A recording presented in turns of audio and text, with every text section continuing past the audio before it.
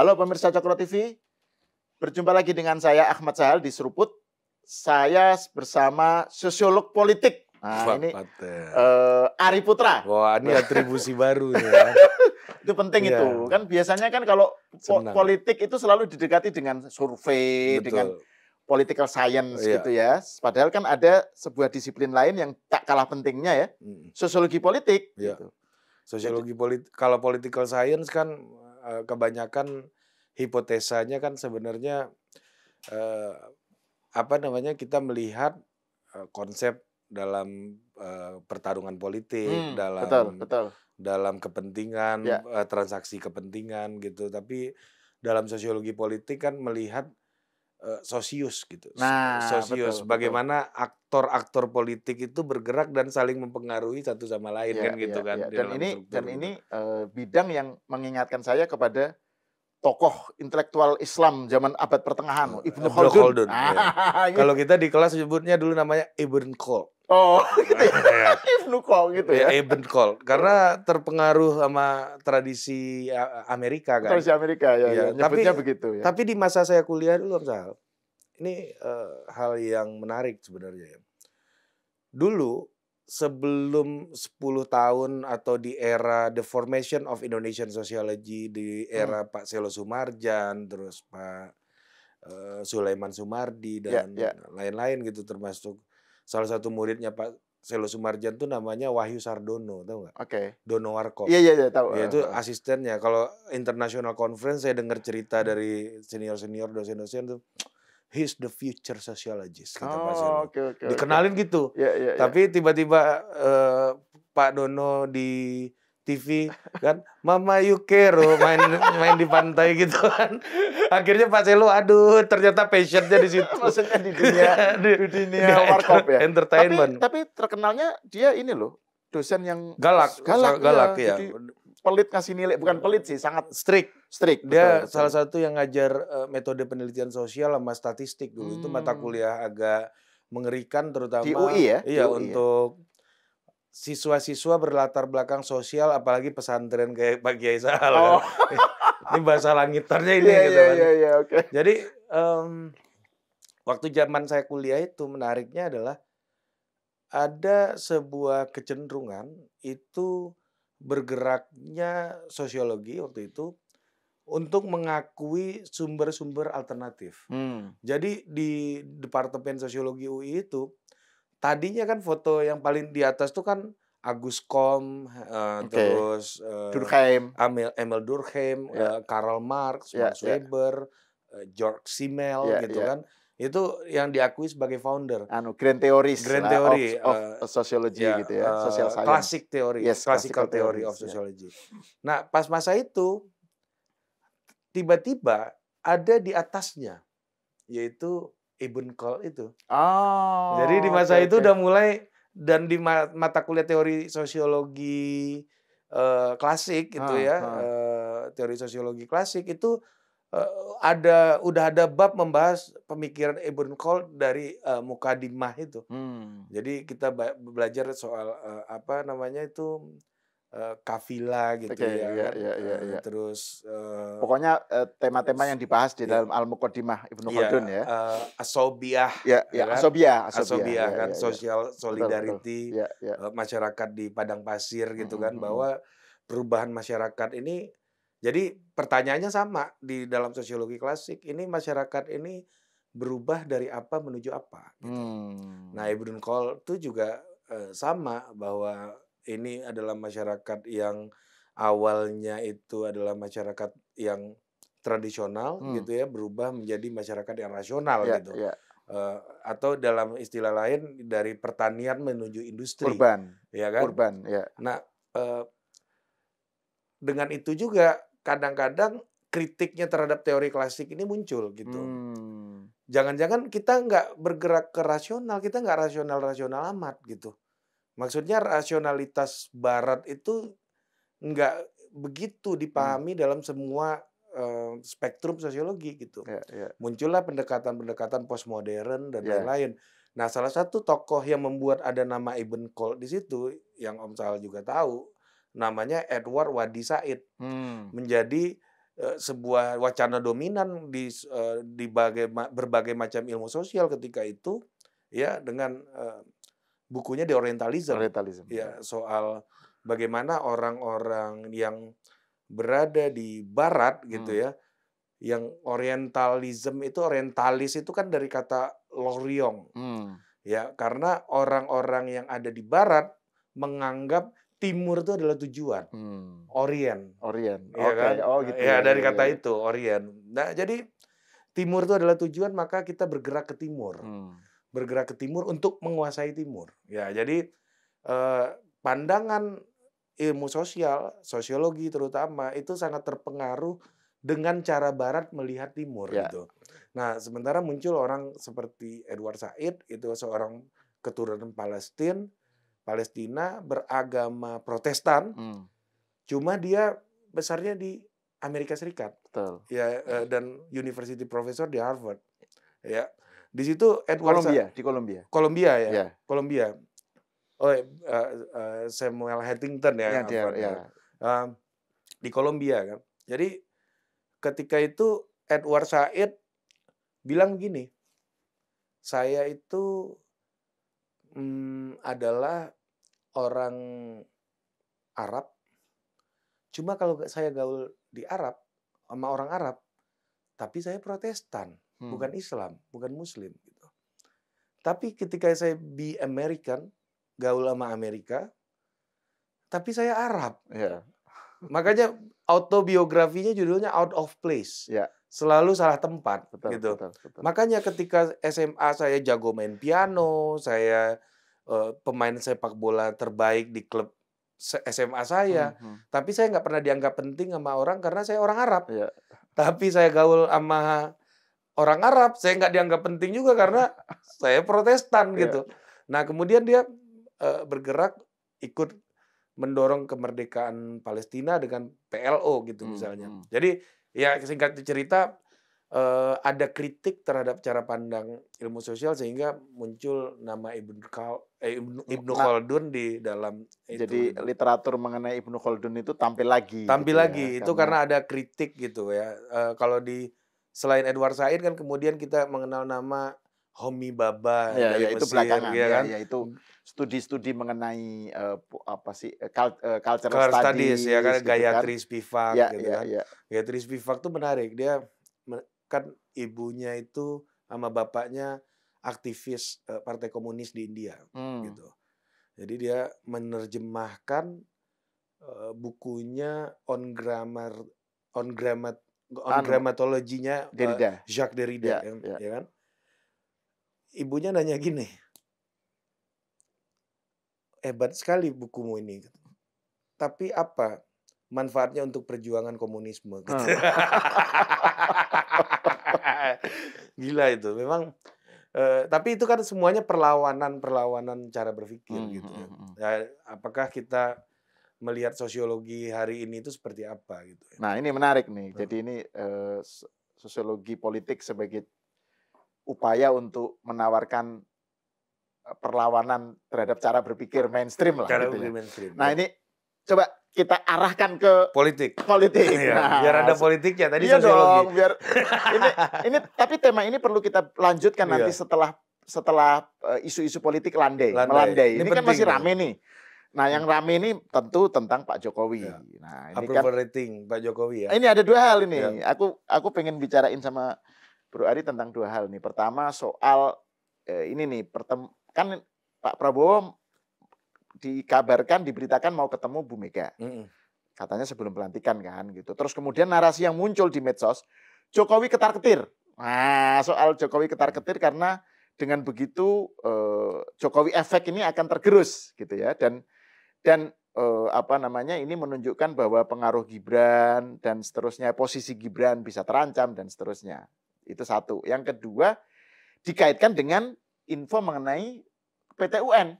Ya kan, PT-UN ini kan PDIP menggugat KPU yang mengesahkan menerima pencalonan Gibran ya sebelum ada revisi undang-undang tentang tentang apa sih namanya, revisi undang-undang yang memberi dasar hukum bagi pencalonan Gibran sehingga itu bisa mengalami cacat administrasi gitu. Terus dan itu sekitar tanggal 10 katanya tanggal 10 memang PT-UN-nya. Pertemuan Bu Mega itu sekitar tanggal 10 gitu. Ya. Jadi kemudian orang mainkan, oh jangan-jangan Pak Prabowo ketemu Mega karena untuk mengantisipasi PT-UN ini.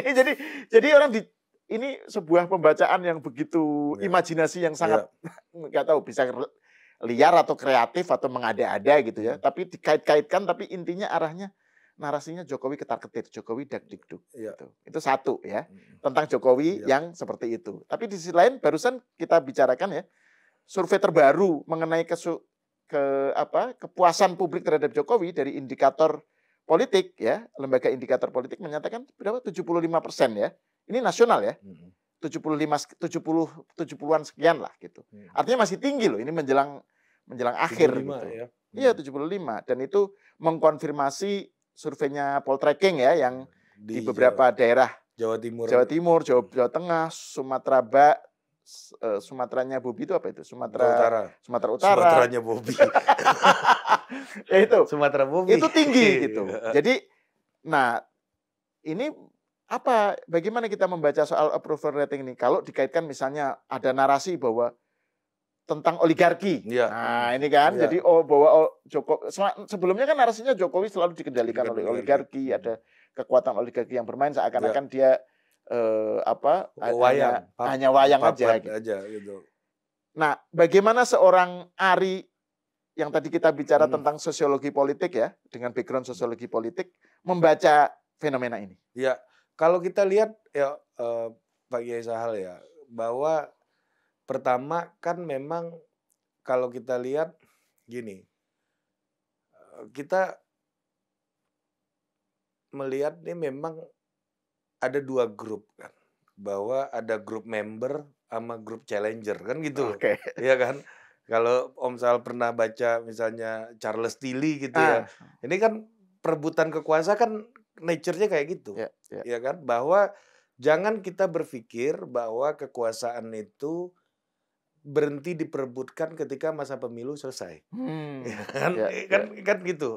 Logikanya, basicnya kan itu, bahwa daily politics itu kan soal kompetisi untuk menguasai resources. Yes. Prinsipnya kan kayak begitu. Kalau kita lihat bagaimana PDI dan Pak Jokowi, dua-duanya kan memang sebenarnya kan gini kalau kita lihat. Sekarang pertanyaannya adalah siapa yang nilai daya tawarnya lebih tinggi, PDI apa Pak Jokowi? Kekuasaan PDI itu selama PDIP. Iya, PDI Perjuangan gitu. Nah, orang PDI itu biasanya nyebutnya kalau nggak PDI, kalau nggak ada PDI Perjuangan. Oh gitu. Ya, nggak pernah PDIP ya? PDIP jarang lah. Jarang. Oke. Oke, lanjut. Bukan orang kita gitu. bukan member. Iya, member. Gitu. Ini kultur orangnya. Jadi kita berusaha untuk menyebutnya dengan kebiasaan. Gitu. Jadi PDI Perjuangan itu umur politiknya pasti lebih panjang daripada Pak Jokowi. Ya kan, sampai negara ini bubar gitu ya. Selama tidak ada persoalan-persoalan hukum yang harus membuat PDI Perjuangan harus bubar gitu, atau partainya ada kompetisi internal yang membuat partainya pecah, itu PDI Perjuangan akan tetap ada di lingkaran kekuasaan. Itu faktanya begitu gitu. Nah, sementara Pak Jokowi itu kekuasaannya akan selesai di 20 Oktober sebagai presiden. Bahwa makanya saya berkali-kali bilang di mana-mana, kalau mau umur politik panjang ya harus jadi pengurus partai politik. Karena kekuasaan partai politik itu lebih panjang daripada jabatan pejabat publik yang dibatasi 10 tahun gitu, kecuali anggota DPR ya bisa. Kemarin Pak Bambang Pacul dilantik untuk yang kelima kalinya jadi anggota DPR dan wakil ketua MPR RI kan. Ya kan, saya ucapkan selamat untuk Komandan Korea gitu. Tapi balik lagi bahwa kalau dibilang Pak Jokowi ketar-ketir tanpa ada move apapun pun dari PDI, menurut saya Pak Jokowi nature-nya akan ketar-ketir. Karena kekuasaannya terbatas ya, gitu. Ya, dari segi waktu sudah ketahuan akan berakhir 20 gitu Oktober ya, selesai gitu. Ya, Apalagi presidennya Prabowo. Betul, betul. Mataharinya Pak Prabowo, yang ngatur permainan semuanya nanti Pak Prabowo gitu. Jadi apa yang membuat PDI memiliki narasi seperti itu? Ya, dugaan saya ada 2.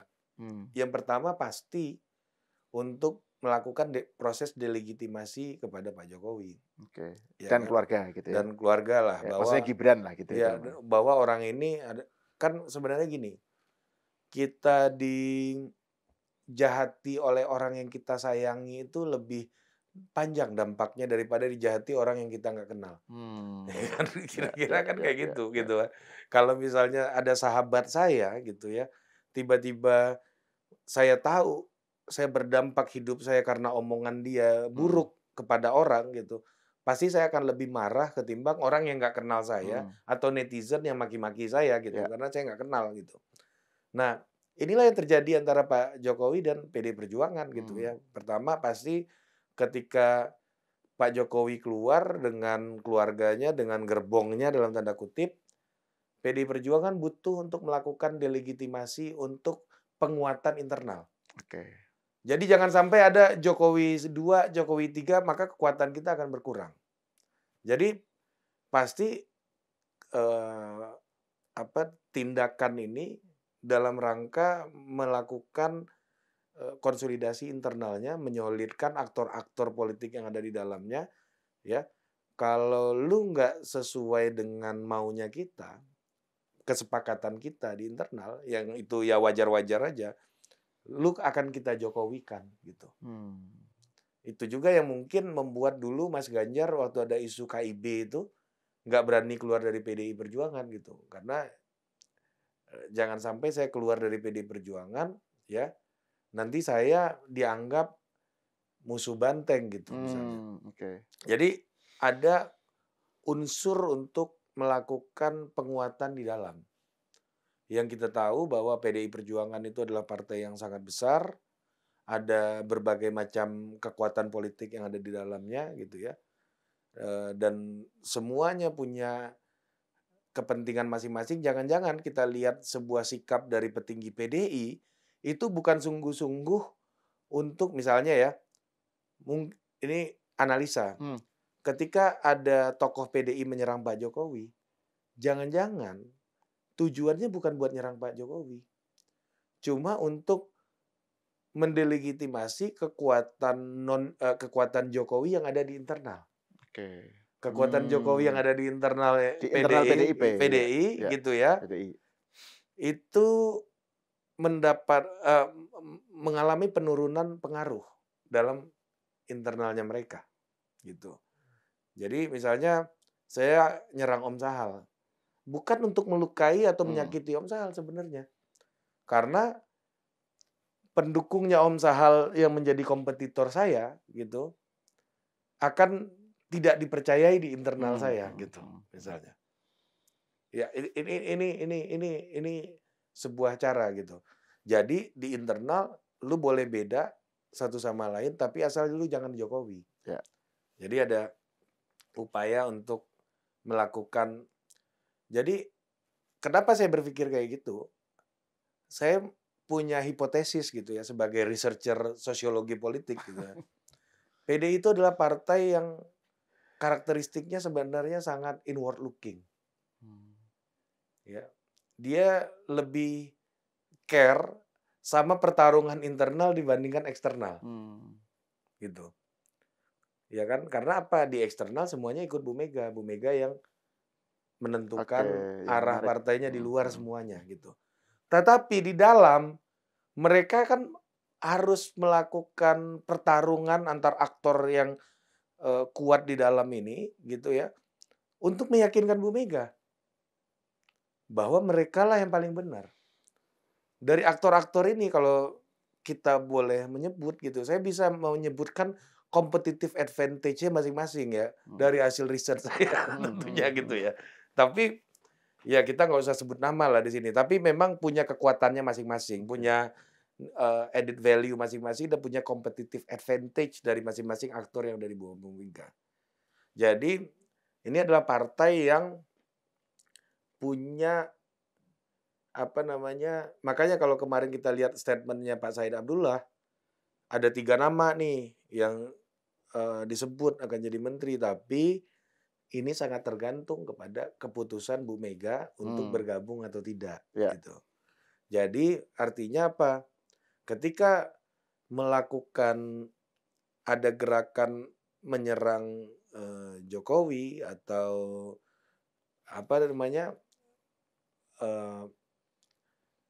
mendelegitimasi Jokowi, itu tidak bisa lepas dari pertarungan di dalam orang yang mau dapat menteri sama yang tidak dapat menteri gitu. Jadi itu karakter partainya gitu. Ada lagi partai misalnya kayak Golkar. Golkar itu lebih terbuka, pergaulannya lebih diverse, lebih kosmopolitan gitu ya, dan sangat tergantung kepada musim. Jadi musim berganti, tanamannya bisa beda. Dan tidak ada yang diklaim sebagai penentu tunggal. Iya, kayak Bu Mega atau Pak Surya Paloh di Nasdem atau Golkar kan nggak ada. Sebagai poros nggak ada. Iya. Decentralized kan. Iya, decentralized. Itu pertarungan para merkantilis. Betul. Seperti halnya Amerika. Sebenarnya partai Indonesia yang sangat Amerika itu Golkar gitu. Betul. Partai modern itu. Iya, karena itu some extent ya. Iya, sangat karakter Amerika. Betul. Karena itu adalah seperti Amerika mendirikan negaranya hasil dari kesepakatan kaum merkantilis gitu kan. Sama kayak Partai Golkar. Pergabungan berbagai macam kamar dagang lah gitu. Cuaca bisa berubah, agak beda nih karakternya. Kalau kita melihat secara organisasi, struktur dan aktor-aktornya PDI bisa kita kategoriin, ada yang dominan di parlemen, ada yang benar mengurus partai total gitu misalnya. Ya kan? Jadi udah kelihatan nih penguasa parlemennya siapa, penguasa yang partai siapa. Nah, biasanya ya yang kerenceng sama Pak Jokowi itu adalah orang-orang yang tidak berada dalam urusan politik kenegaraan hari-hari. Ya kan? Memang berada di luar.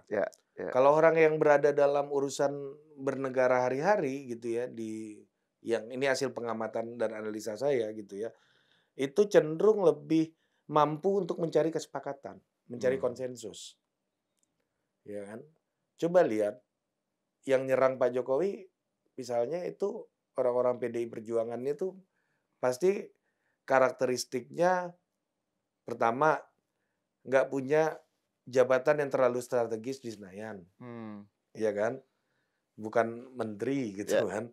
Pasti dia kebanyakan adalah pengurus DPP gitu, ya kan? Karena ini memang pembagian kerja di partainya dan kompetisinya terjadi antara dua kekuatan ini gitu. Nah itu yang saya katakan bahwa semua statement, semua tindakan PDI itu sangat berkaitan erat dengan kompetisi internalnya. Menarik nih. Ya, jadi kadang-kadang kita ngelihat ada Mas Hasto gitu ya menyerang Pak Jokowi gitu. Atau Deddy Sitorus. Atau Deddy Sitorus kan, Mas Hasto, Deddy Sitorus satu inilah. Atau Adian gitu. Ya, misalnya. Adian satu mazhab, satu kohor gitu. Satu kohor. Ya, satu kohor gitu ya. Satu klaster. Iya, menyerang Pak Jokowi patut diduga ada problem internal. Ada kompetisi internal yang sedang terjadi gitu di dalam PDI sendiri gitu. Karena kalau kita lihat kan banyak yang mengatakan kok Bu Mega nggak turun-turun gitu. Apakah Partai Demokrasi Indonesia Perjuangan itu demokratis? Kan muncul pertanyaan kayak begitu. Menurut saya demokratis. Kenapa? Karena ada semacam politbiro yang punya pengaruh untuk decision making-nya Bu Mega. Coba kita lihat. Waktu Pilpres, kompetisi antara Mas Ganjar dengan Mbak Puan untuk dapat rekomendasi Bu Mega. Tapi yang dapat Mas Ganjar, bukan Mbak Puan yang anak kandungnya Bu Mega sendiri. Ya, ini apakah Bu Mega nggak mau anaknya jadi calon wakil presiden atau jadi presiden? Saya nggak yakin, nggak mau. Nggak yakin nggak mau. Iya, pasti mau gitu kan. Iya kan. Apakah Bu Mega tidak peduli dengan karir politik Mbak Puan? Saya yakin Bu Mega sangat peduli. Cuma Politbironya sepakatnya Mas Ganjar. Sebagai partai yang demokratis gitu ya, PDI Perjuangan akhirnya memilih Mas Ganjar. Ya. Karena basisnya kader, udah lama. Terus juga dilihat dari approval ratingnya dan surveinya bagus gitu kan. Itu hal yang apakah PDI bisa mengambil pilihan yang tidak berbasiskan survei? Sangat bisa. Mas Pram gitu misalnya. Iya kan? Tapi surveinya sangat kecil walaupun naik terus sekarang gitu ya, tapi sangat kecil. Ya kayak di Jawa Barat misalnya. Ya kan JJ Ronald kan. Itu juga pilihan yang basisnya bukan survei juga. Gitu. Tapi ada kesepakatan di internal gitu untuk mengambil keputusan itu. Ya, jadi ini kita bisa lihat nih Politbironya ini posisi suasananya kayak gimana. Kalau soal PDI Perjuangan sendiri sih artinya ya yang mengatakan tadi Jokowi ketar-ketir segala macam, dakdikduk itu adalah salah satu faksi yang ada di dalam PDI. Cuma tujuannya apa? Untuk bertarung di antara mereka. Ya, bertarung mereka untuk apa? Untuk mempengaruhi keputusannya Bu Mega. Ya kan? Jadi ini soal internal. Kalau orang ini masuk, kalau keputusannya kayak gini, kita yang dirugikan gitu. Jadi setelah ada keputusan, semuanya ikut lagi tuh keputusan. Jadi jangan heran nanti kalau PDI Perjuangan itu akhirnya bergabung sama pemerintahan, ya kan? Dia akan menjadi partai yang paling loyal terhadap Pak Prabowo. Kalau itu keputusannya. Nah ini menarik nih kan. Jangan heran gitu. Di luar soal, tadi kan ada penjelasan yang menurut saya ini juga sesuatu yang poin bagus lah tentang harus dilarikan ke penjelasannya harus dilarikan ke dinamika internal partai ya. Tapi di luar soal itu, Bung Ari, bagaimana Anda melihat soal Pak Jokowinya sendiri ya, soal Jokowi efek atau soal seberapa jauh itu berdampak kepada kedekatan Pak Jokowi dengan Pak Prabowo gitu ya. Kalau saya, enggak maksudnya ini kan tadi itu loh soal PT UN kan kemudian kan kalau menurut Pak Gayus ya kan ini bisa berdampak kepada Gibran cacat administrasi pencalonannya dan itu nanti tergantung MPR katanya. Kalau MPR tidak mengesahkan ya berarti nggak bisa dilantik gitu. Atau kalau mengesahkan ya berarti bisa gitu. Tapi intinya adalah ada sesuatu yang bisa berdampak kepada Gibran gitu. Nah ini dan ini perkembangan terbaru kan soal PT UN, soal pertemuan Bu Mega dengan Pak Jokowi, Bu Mega dengan Prabowo ini kan fase terbaru perkembangan terbaru dari rangkaian narasi yang arahnya tetap mendelegitimasi Jokowi kan gitu. Ya sebelumnya ada soal dan sampai sekarang masih kan Fufu Fafa lah sebelumnya lah banyak gitu loh yang larinya ke sana gitu. Nah, jadi menurut Bung Adi gimana itu soal dampaknya? Ini kalau kita lihat ke dampaknya pada Pak Jokowi dan Pak Prabowo gitu misalnya. Kan ini yang dari pandangan saya bahwa yang nggak mau ada Pak Jokowi itu kan Bu Mega. Bukan Pak Jokowi yang nggak mau ada Bu Mega. Oke. Saya dengar kabar bahwa Pak Jokowi sering mengajukan permintaan untuk bertemu kok sama Bu Mega gitu.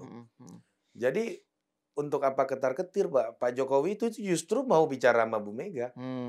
Yang agak sulit menerima Pak Jokowi kan Bu Mega sebenarnya.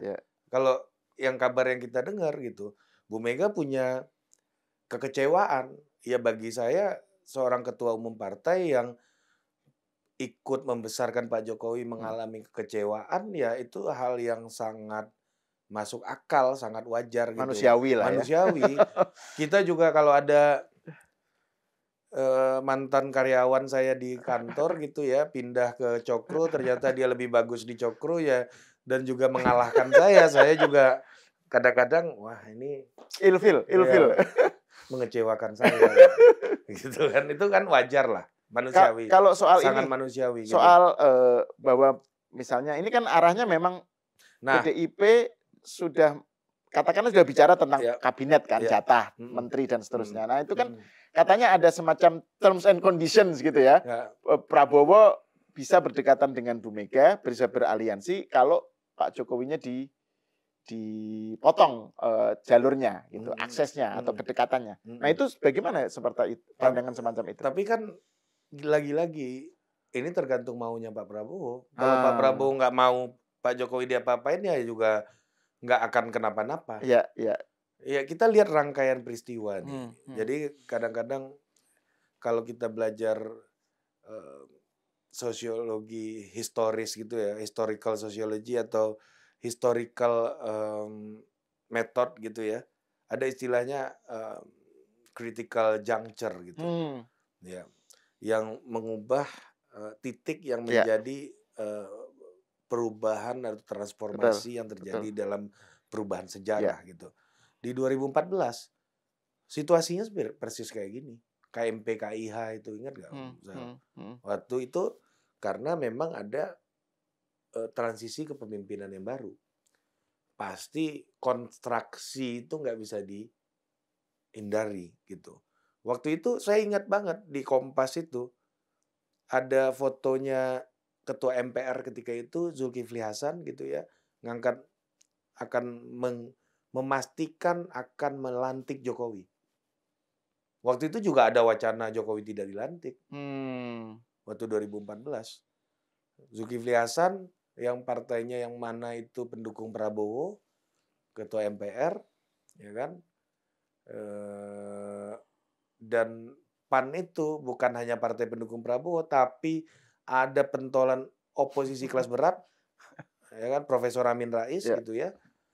Itu Pak Zulkifli Hasan ya pasti tidak mudah untuk mengatakan itu karena adanya internal competition, bukan internal competition tapi adanya perbedaan dengan Pak Amin Rais pasti, ya kan, sebagai ketua umum, dia sebagai ketua umum partai yang baru gitu ya, berhadapan dengan Pak Amin Rais.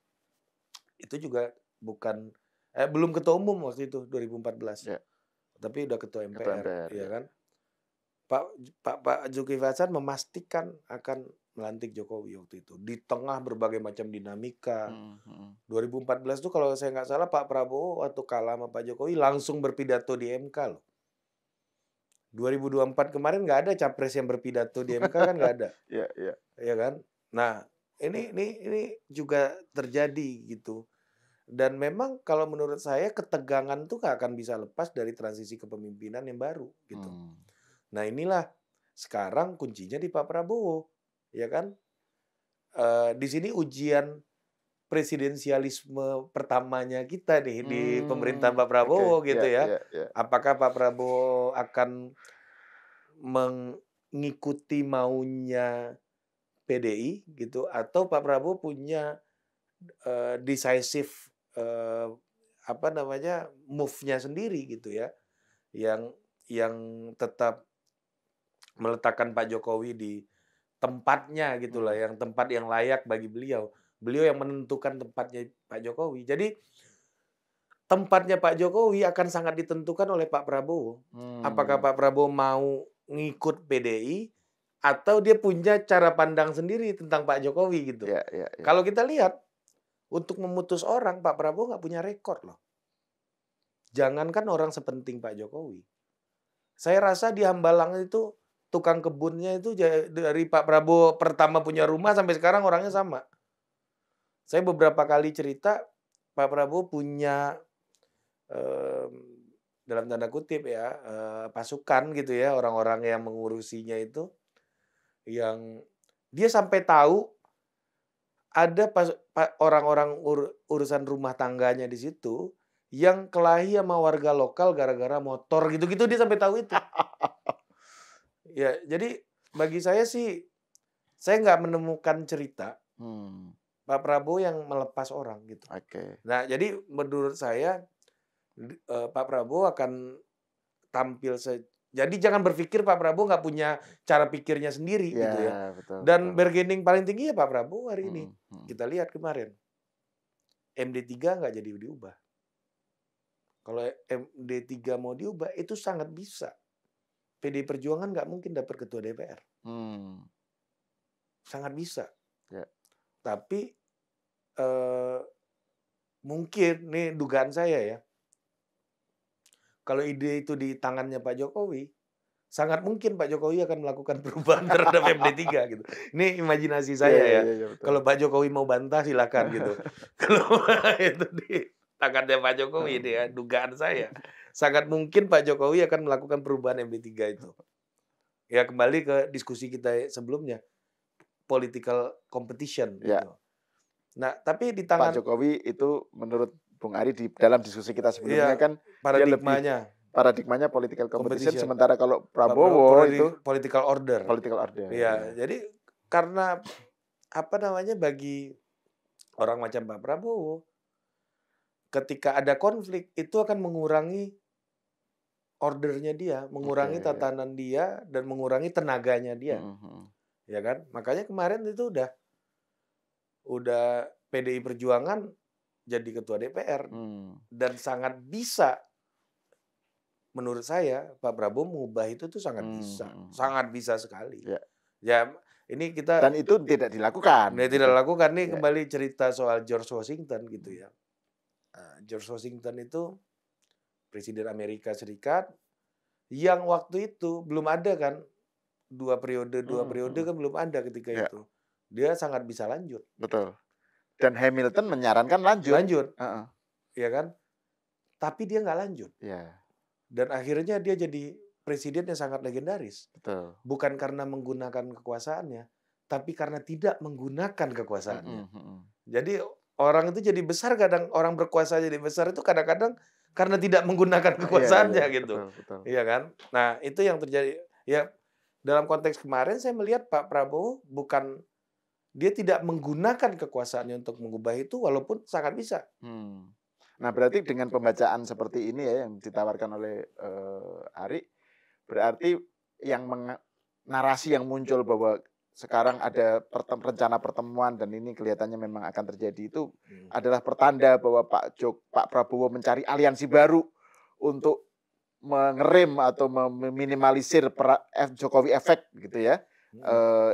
Dan kemudian dia mencari aliansi dengan Bu Mega dan Bu Mega punya syarat macam-macam dan bisa jadi Pak Prabowo kemudian mengikuti syarat itu menurut Bung Ari lemah itu ya, bacaan semacam itu ya? Kita itu melihat bahwa dengan logika gini loh, Pak Prabowo itu adalah orang yang punya partai politik, punya dukungan partai politik. Bu Mega juga, Pak Prabowo presiden terpilih, punya partai politik, tahu pahit-pahitnya bikin partai, tahu manis-manisnya punya partai juga. Ya pahit-pahitnya ngurusin orang segala macam, biaya tinggi, pertarungan nggak pasti. Manis-manisnya juga dia bisa walaupun kalah bisa maju terus. Itu yang mungkin Mas Anies Baswedan nggak miliki privilege itu gitu kan. Bu Mega juga sama.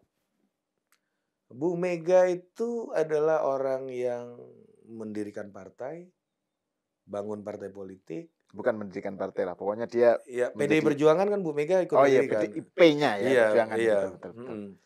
Terus kalau PDI kan dulu ketua DPC Jakarta Selatan Bu Mega kan dulu. Iya betul. Iya kan? Nah, mendirikan partai politik, punya kader-kader.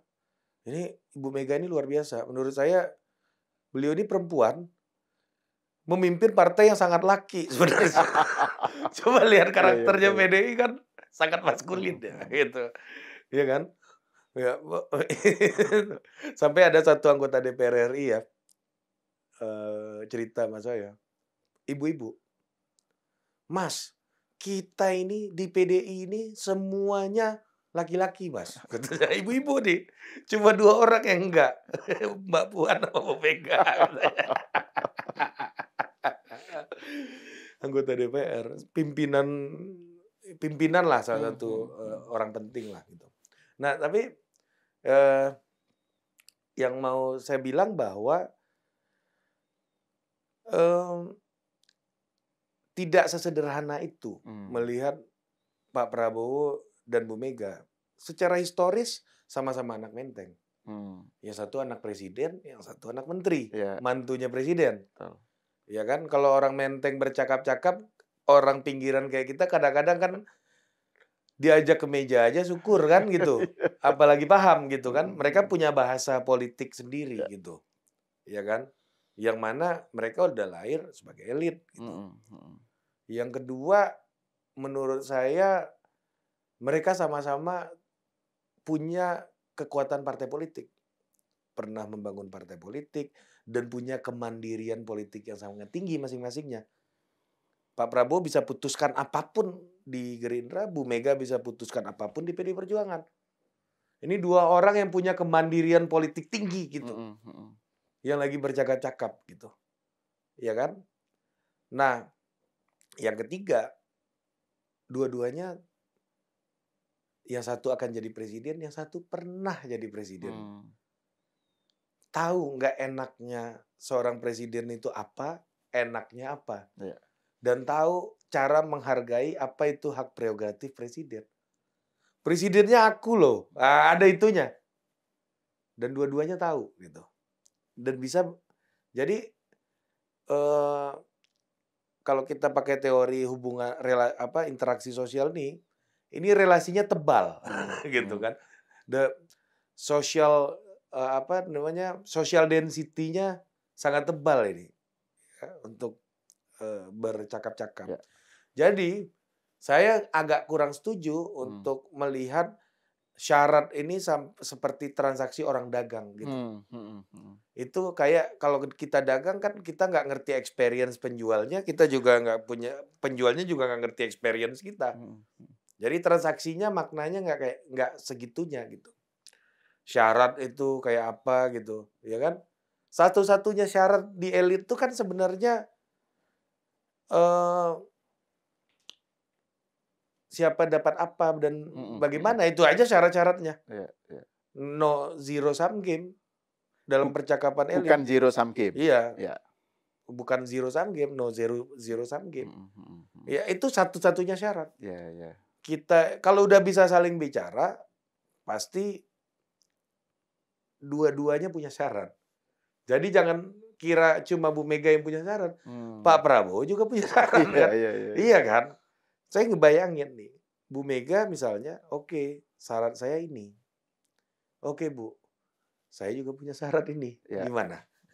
Gitu. Jadi jangan bayangkan ini seperti satu orang mengikuti yang lain, atau yang satu lebih berkuasa dari yang lain. Dan kalau sama-sama bulan syarat kan nggak mungkin 100% dua-duanya betul. terpenuhi gitu kan. Dan jangan kira dua-duanya nggak punya historis. Pak Prabowo ini dulu cawapresnya Bu Mega. Betul. Waktu cawapres Bu Mega kayaknya PDI nggak bilang ada isu HAM dan lain-lain gitu misalnya.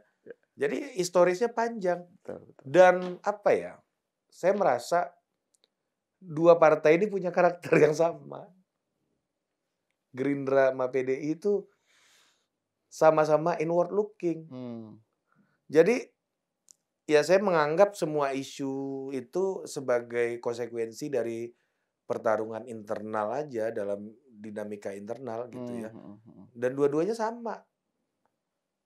Pak Prabowo itu kuasa penuh, Bu Mega kuasa penuh. Dan di belakangnya ada politbiro-politbironya. Artinya berarti kalau dengan bacaan semacam ini bisa aja pertemuan dua tokoh itu terjadi dan mereka punya kesepakatan tertentu tanpa mengganggu posisi Pak Jokowi. Mungkin aja mereka ngobrol dengan Pak Prabowo gitu. Mungkin aja menurut saya nih ya, sangat mungkin pertemuan itu nggak ngomongin Pak Jokowi sama sekali loh. Karena kita ya, ini kan kacamata kita ya, maksudnya rakyat biasa dari luar, dari kampung gitu kan, ke Jakarta, kagok lihat politik kan, mulai norak-norak dikit gitu kan, beropini segala macam gitu. Tapi kalau kita lihat bagaimana dua orang ini berhubungan, kita kan nggak pernah sepenuhnya tahu, iya kan? Jangan-jangan ya kalau Bu Mega akhirnya ketemu sama Pak Jokowi, ya apa namanya, rasa persaudaraannya muncul lagi gitu. Ya, saya mendengar lah berbagai macam dari lingkungan terdekat gitu ya. Bagaimana sisi lain dari kedekatan blok-blok di PDI dengan Pak Jokowi juga. Bukan orang sembarangan juga. Ya kan, jadi apa ya? Ya kenapa di media sosial kayak gitu? Karena yang melakukan narasinya campaigner. Campaigner itu zero sum game. Kalau nggak lu yang mati, gue yang mati. Ya memang itu tugasnya. Betul. Ya silahkan aja gitu ya. Kalau nggak melakukan tugasnya kan dia juga nggak tercapai KPI-nya, nggak punya nggak punya ini juga nggak bisa mendorong proses demokrasi juga di dalam internal partai yang kompetisinya sangat berat gitu. Itu. Tapi kalau logikanya politician itu bukan zero sum game, win-win. Gitu.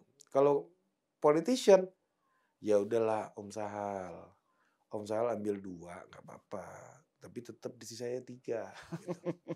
Kan gitu. Padahal yang dibagi 4 bisa 2 tambah 3 gitu. Padahal barang yang dibagi ini cuma 4 gitu kan. Satunya mana? Besok kita bicarain lagi. Kan di politik bisa gitu. Kalau kita udah percaya, bahkan ya untuk berurusan dengan beberapa orang gitu ya,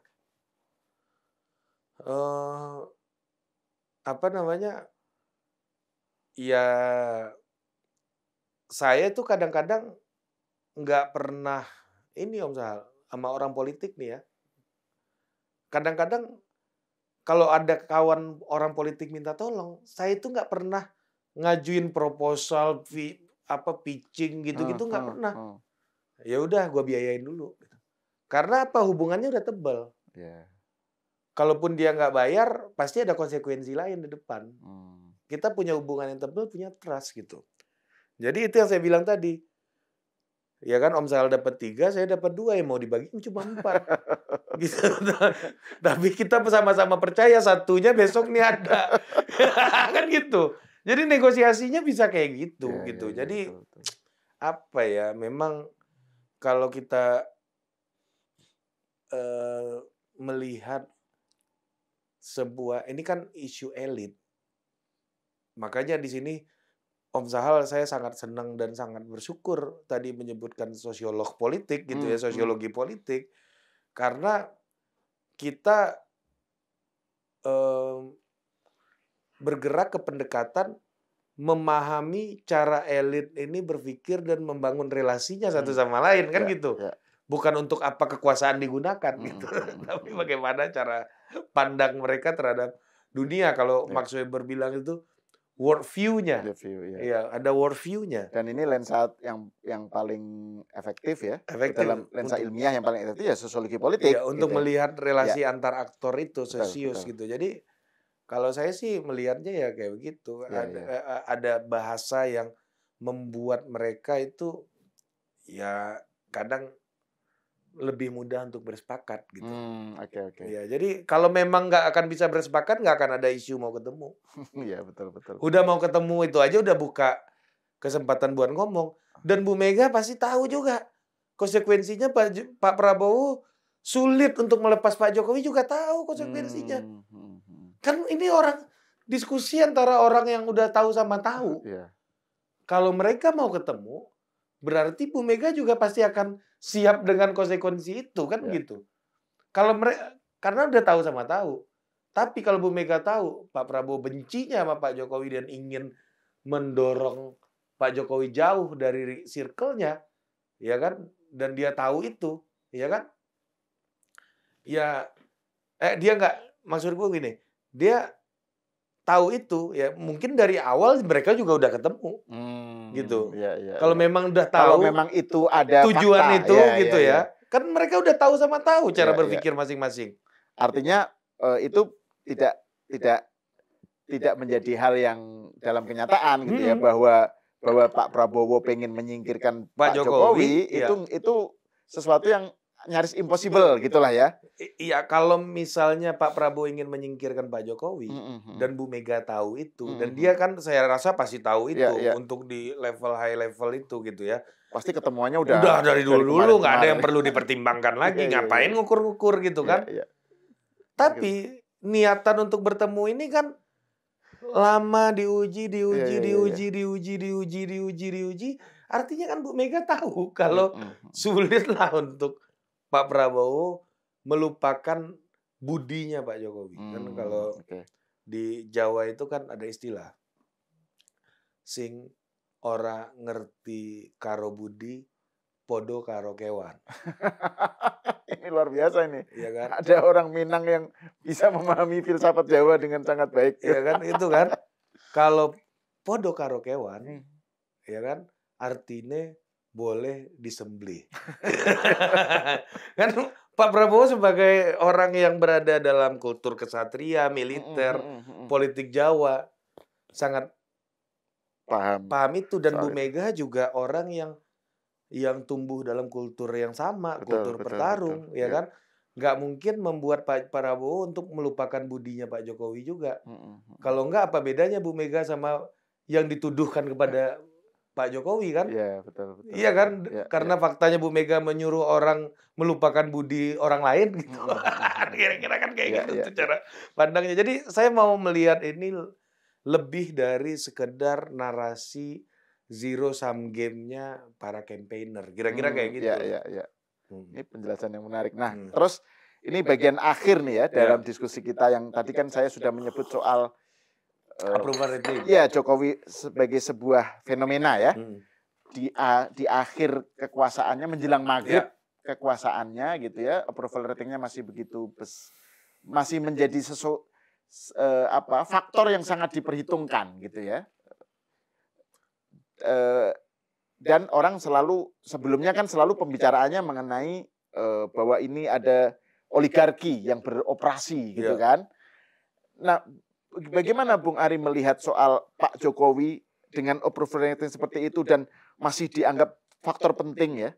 Dan soal narasi tentang oligarki itu. Pertama gini Om Sal, approval rating itu maknanya kan ini presiden kuat atau enggak? Kan itu maknanya. Kalau angkanya 75%, ini pemimpin yang kuat. 80% ini pemimpin yang kuat. Kalau dulu kita belajar sosial statistik di semester 3 itu, kalau di bawah 9% boleh diabaikan gitu. Ada istilah itu dulu. Jadi kalau angkanya 70%, itu besar sekali. 75% itu besar sekali. Apalagi kayaknya nggak nyampe 2 minggu, 3 minggu lagi nih udah selesai. Iya, betul. Pak Jokowi. Ya kan? Kalau kemarin tuh, Pak Bambang Pacul, saya sempat teleponan gitu, bilang bahwa hari ini tahun 99 Bapak Sucipto dilantik untuk jabatan yang sama dengan saya. Itu mentor saya. Oke. Mentornya gitu kan, dilantik di hari yang sama. Ini adalah momen-momen kayak begitulah. Betul. Momen yang lama udah mau selesai, yang baru pun akan tumbuh gitu kan.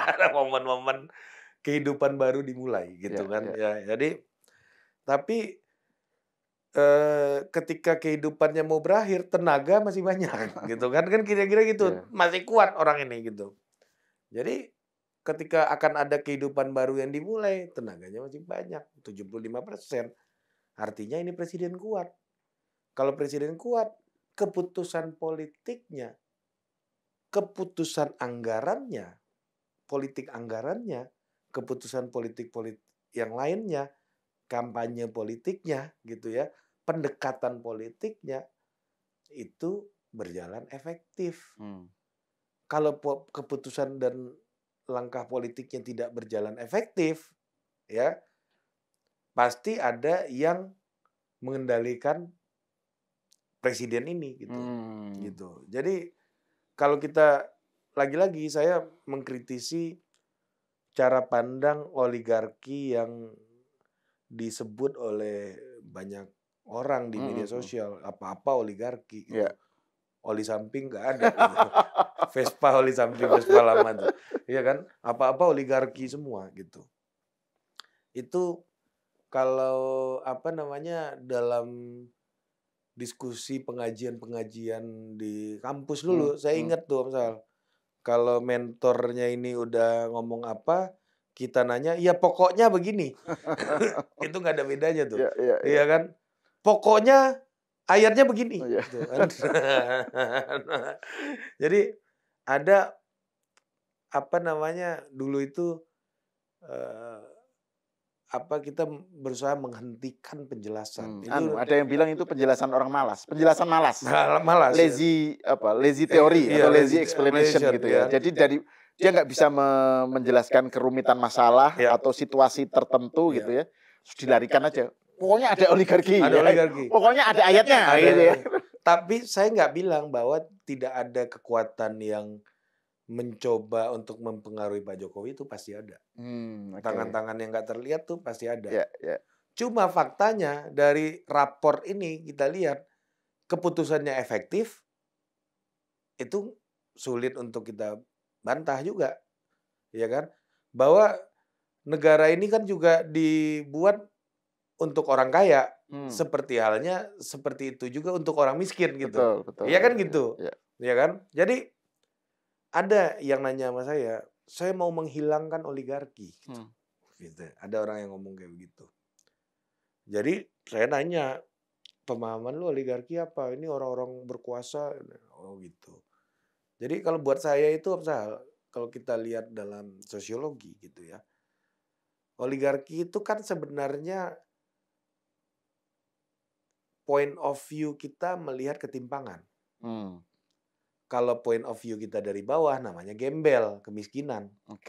Tapi kalau point of view kita dari atas, kita lihat top 5% ini kan.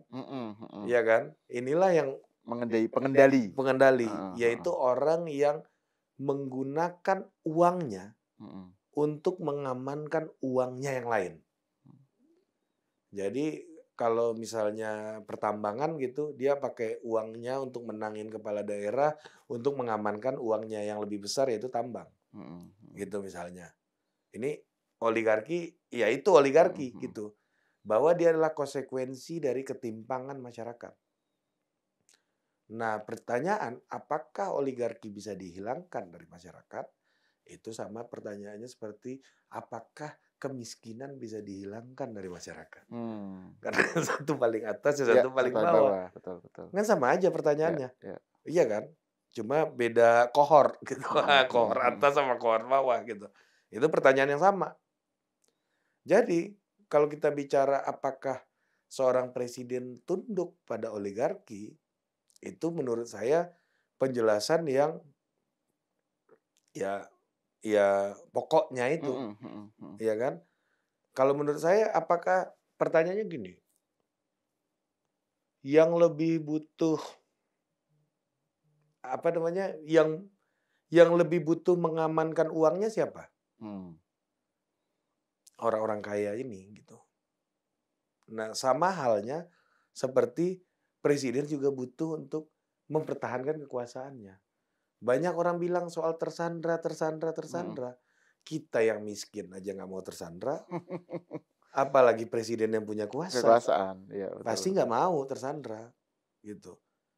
Pada faktanya kita itu ada yang tersandra pinjol gitu ya misalnya. Tapi kan juga banyak yang nggak mau menggunakan pinjol juga gitu ya. Nggak mau tersandra juga gitu. Kalaupun harus meminjam ke teman gitu kan. Dan ini cara pandang yang Bro Arie sampaikan itu kan sebenarnya bukan sebuah kritik terhadap penjelasan yang selalu dilarikan ke oligarki. Ini kan bukan hanya untuk kasus Indonesia kan. Ini untuk seluruh dunia. Cara pandang dalam melihat oligarki kan. Ini teorinya. Biasanya kan kalau perspektif oligarkis yang oligarki oriented itu kan jadi ada sekelompok orang-orang orang-orang kaya dengan luar biasa kaya dan sangat berpengaruh gitu ya. Itu yang menentukan, yang mengendalikan skripnya. Nah, gitu kan. itu kekeliruannya di situ. Itu makanya. Itu kekeliruan pemahamannya. Oligarki itu orientasinya apa? To defend material resources. Jadi ini kan sebagai bentuk the evolution of elite theory sebenarnya. Ada elit yang yang berada di suatu lapisan masyarakat basisnya knowledge, academic legitimation kayak Pak Kiai Sahal. Ada yang basisnya kultural. Nah, ini basisnya adalah material resources, material resources, uang. Yang paling mudah uang, capital, faktor produksi, ya kan? Jadi kalau ini sama kayak dulu bilang semuanya salah kapitalis gitu. Kalau waktu kita mahasiswa dulu kan, ini kapitalisme, kan sama kayak begitu gitu. Atau misalnya Bung Karno dulu memilih cara kooperatif dibilang komprador atau antek asing atau antek Jepang gitu. Ini kan sama aja. Nah, makanya kalau kita bicara soal pemikiran Nurcholish Madjid dulu gitu ya, soal sekularisasi, ya kan, yang itu sangat terpengaruh dengan pemikirannya Talcott Parsons gitu ya, bahwa soal partai Islam partai Islam no gitu kan. Kan sebenarnya partai ya yes aja kan, nggak ada masalah dengan partai gitu kan sebenarnya. Nah, untuk memisahkan dimensi dalam tanda kutip mitosnya dengan dimensi dunianya kan kayak gitu tuh. Nah, saya melihat apa yang terjadi dengan penjelasan oligarki ini, dimensi mitosnya lebih dominan ketimbang dimensi social explanation-nya. Kalau kita pakai teori oligarki itu untuk menjelaskan gejala-gejala sosial ya kayak tadi sebenarnya. Ya ini nggak bisa dihilangkan. Kita tahu fakta itu. Presiden punya kekuasaan, iya. Oligarki punya uang. Uang sama kekuasaan bisa dipisahin nggak? Bisa kita pilih salah satu nggak? Hari ini dalam faktanya demokrasi liberal, ya enggak. Artinya demokrasilah yang memunculkan ketergantungan terhadap oligarki. Artinya apa? Selama ada demokrasi, di situ ada oligarki. Kan gitu. Nah, problemnya adalah bagaimana independensinya masing-masing juga semakin kuat. Bukan berarti negara memberikan energi tambahan untuk orang yang sudah besar itu sesuatu yang buruk. Iya kan? Dan juga pandangan yang basisnya penjelasan yang basisnya oligarki itu, perspektif oligarki itu biasanya pengen menegasikan soal kedaulatan rakyat. Kedaulatan kan, aktor sama. Karena kan ini kan kalau dilarikan dalam konteks teori teori di Amerika lah ya, misalnya kan salah satu yang merintis itu kan misalnya Wright Mills nulis The Power Elite gitu kan, atau Michels gitu kan, The Iron Law of Oligarchy itu kan selalu penjelasannya kan struktural dimensinya kan. Orang-orang yang menganggap bahwa demokrasi itu adalah genuinely kedaulatan rakyat itu tertipu, karena sebenarnya yang beroperasi untuk menjalankan kekuasaan itu adalah sekelompok elit dan elit ini adalah tadi orang-orang yang basisnya adalah material wealth, material resources gitu kan. Dan ini mereka bersekongkol nih. Jadi ada penjelasan oligarki kan ada narasi tentang persekongkolan elit untuk mengendalikan si presiden atau orang-orang berkuasa ini, sehingga mereka menuruti maunya si kelompok ini gitu kan. Itu yang Bung Ari persoalkan, yang Bung Ari tentang ya cara pandang semacam itu. Iya, nggak selalu kayak gitu, karena faktanya dalam demokrasi liberal oligarki ini bagian yang nggak bisa terpisahkan. Problemnya sebenarnya adalah kalau kita mau serius adalah bagaimana memperkuat independensi masing-masing. Lewat regulasi dan lain-lain gitu ya. Apakah negara nanti akan menolak berpihak kepada orang yang punya wealth? Yang itu nggak mungkin. Orang yang punya kekayaan ini yang akan rekrut tenaga kerja dan lain-lain kan begitu kan. Iya kan? Sebenarnya kan itu kita berpikirnya mesti lebih adil, karena misalnya policy untuk orang-orang kaya ini kan juga dibutuhkan juga untuk mengejar pertumbuhan ekonomi ya. Kalau Gus Ulil bilang untuk menjawab multiple maslahat ini gitu. Ini kan penting gitu. Nah, itu yang saya mau bilang bahwa di dalam politik selalu ada independensinya aktor itu selalu relatif gitu. Betul. Selalu relatif, maksudnya gini. Kadang oligarki yang dapat 2, presiden misalnya dapat 1, besok kan lu udah dapat 2. Gue dapat 1 gitu misalnya. Atau misalnya gini, ya saya lebih curiganya ya oligarkinya yang takut presiden. Oke. Yang takut dengan kekuasaan. Karena apa? Karena hampir semua bisnis di Indonesia itu basisnya kekuasaan loh. Bisnis besar gitu. Pertambangan gitu misalnya. Oh, lu macam-macam sama gua lo. Mencoba ngatur-ngatur gua. Gua cabut izin lo. Selesai. Maksud saya adalah, jadi terkadang kita mesti lihat juga ya bagaimana kebutuhan non-state actor-nya kepada aktor itu seperti apa. Ya, kalau di mata saya sih hubungan negara dan oligarki itu tidak sestatis itu gitu. Jadi selalu ada kedaulatan relatif masing-masing. Mereka punya independensi masing-masing untuk lu jangan ambil yang itu. Ya kan? Gua kasih yang itu, tapi lu jangan ambil yang ini. Ya kan? Kalau lu nggak gua kasih, lu mati, pegawai lu mati semua kan juga. Itu urusan negara juga mikirin itu gitu misalnya. Jadi akhirnya itu kritik saya itu yang kemarin saya sempat cerita di sini juga. Akhirnya saya harus melihat politik ini basisnya ke aktor lagi.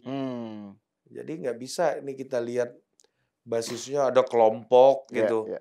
Dan kalau basisnya aktor artinya kan berarti harus kasus per kasus gitu ya. Artinya situasi tertentu bisa bisa menghasilkan sebuah penjelasan yang berbeda dengan situasi yang lain meskipun hubungan aktor misalnya ini sesama perlakunya sama gitu misalnya. Tapi situasi yang berbeda bisa menimbulkan penjelasan yang berbeda gitu. Makanya saya mau bilang bahwa penjelasan oligarki itu menghambat cara pandang kita yang berkembang sekarang gitu ya. Bukan kajian akademiknya sih menurut saya sih sangat membuka cakrawala kita, tapi apa yang berkembang di medsos, di media sosial gitu soal apa itu oligarki membunuh independensi aktor. Jadi aktor kita itu kayak wayang yang nggak punya nyawa sama sekali. Ya kalau kita nggak punya nyawa, kita nggak perlu pilih dong. Buat apa pemilu?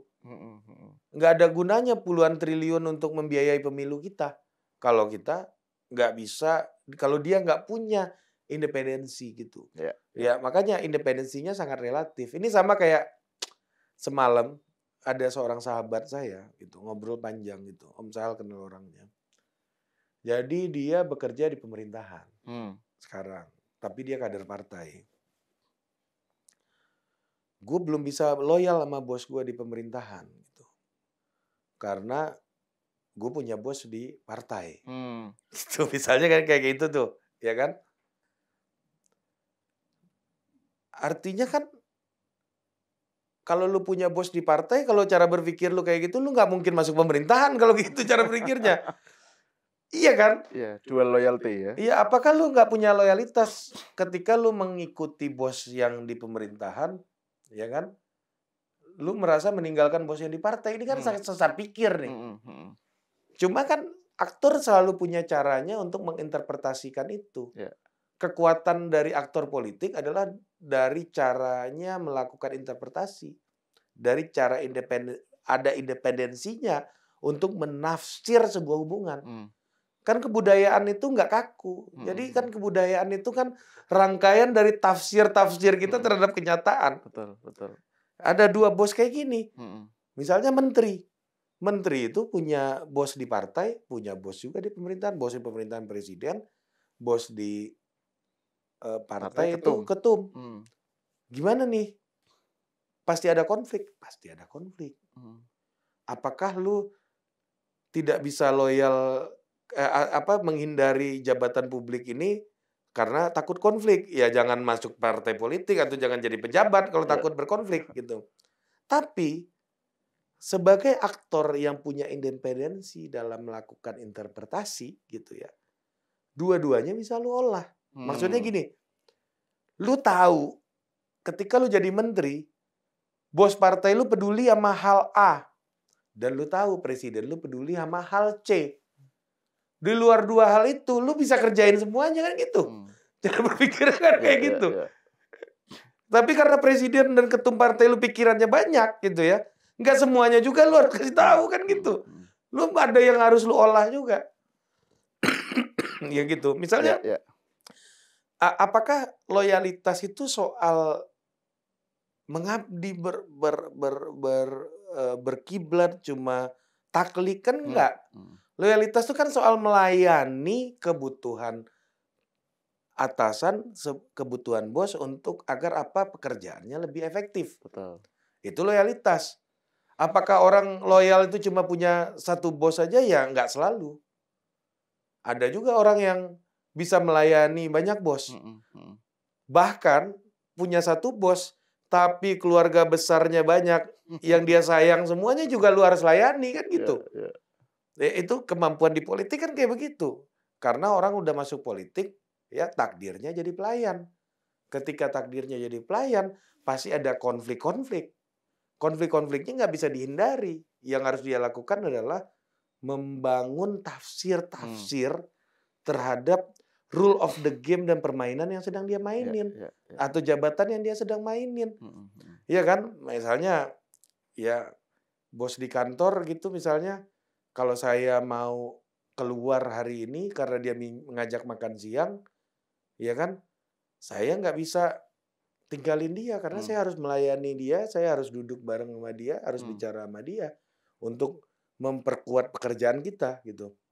Cuma kalau alasannya adalah ulang tahun pernikahan saya yang sekali setahun, saya akan tinggalkan makan siangnya karena dia juga pasti ngerti ini urusan keluarga dan kita kan udah tahu itu menafsir bahwa bos kita pasti peduli dengan urusan keluarga kita gitu.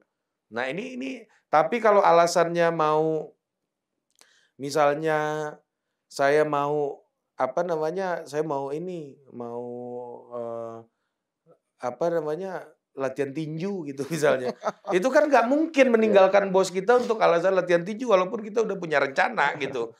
Nah akhirnya kan setiap aktor politik tuh punya independensinya dalam menafsir. Nah penjelasan oligarki itu seolah-olah ini mengabaikan itu. Hilang ini. Jadi we have to bring back the actor into the politics gitu.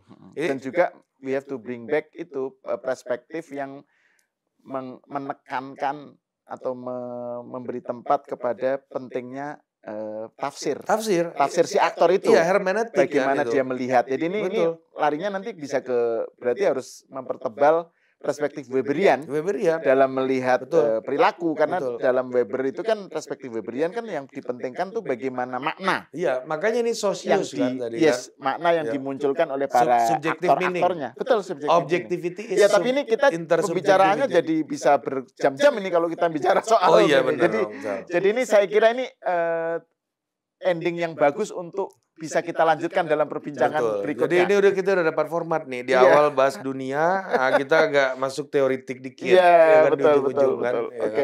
Oke, terima kasih. Terima kasih Pak Yai Bung Ari. Ini udah mulai cukup berani nggak saya beropini nih dibanding kemarin pertemuan sebelumnya. Jadi ada komentar bilang Ari ini harus lebih lugas dalam menjawab, dalam menjelaskan persoalan karena kelihatannya dia masih terlalu terlalu hati-hati dan terlalu kurang berani terus terang. Terlalu implisit. Oke, pemirsa sampai di sini dulu. Kita berjumpa lagi dalam episode selanjutnya.